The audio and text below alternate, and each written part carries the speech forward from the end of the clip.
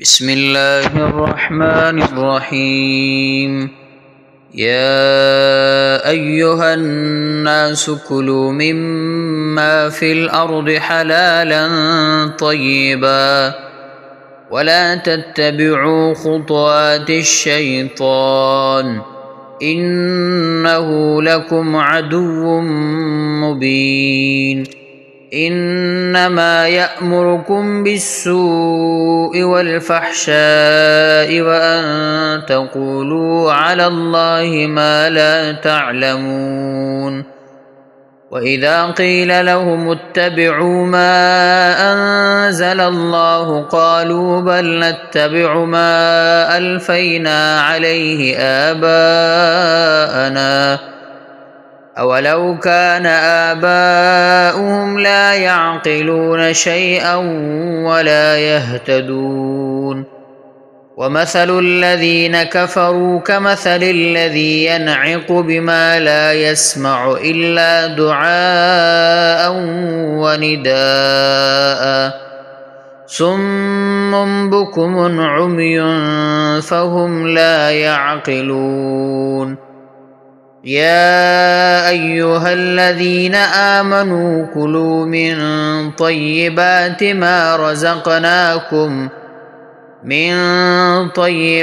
ما رزقناكم واشكروا لله إن كنتم إياه تعبدون.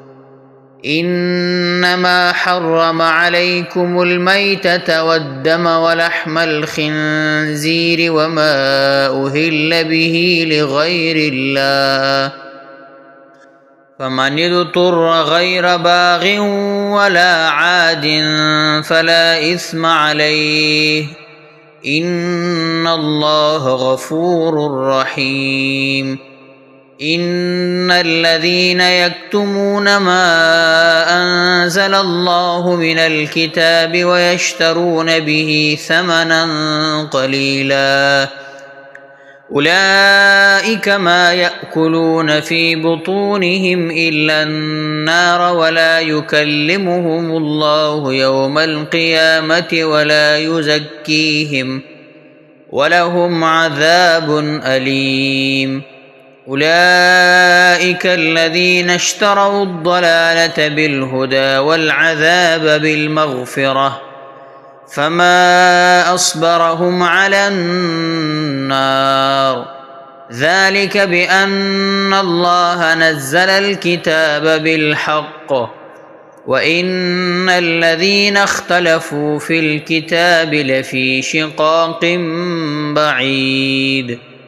ليس البر أن تولوا وجوهكم قبل المشرق والمغرب ولكن البر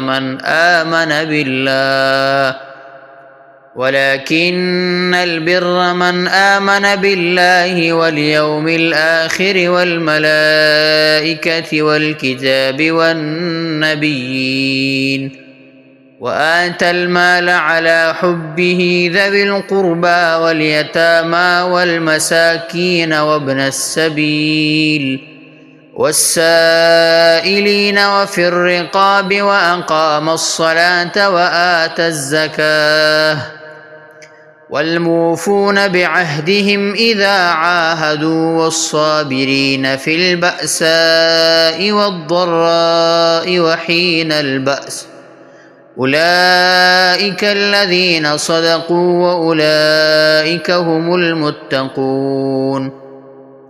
يا أيها الذين آمنوا كتب عليكم القصاص في القتلى الحر بالحر والعبد بالعبد والأنثى بالأنثى فمن عفي له من أخيه شيء فاتباع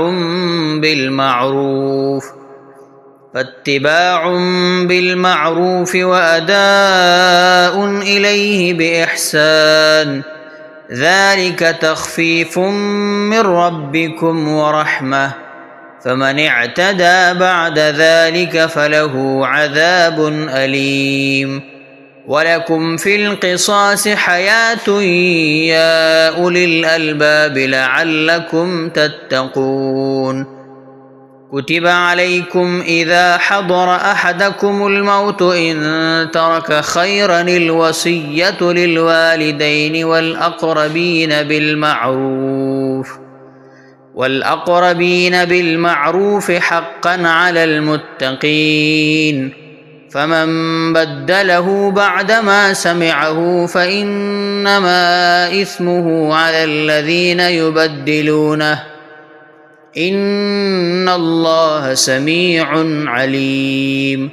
فمن خاف من موص جنفا أو إثما فأصلح بينهم فلا إثم عليه إن الله غفور رحيم.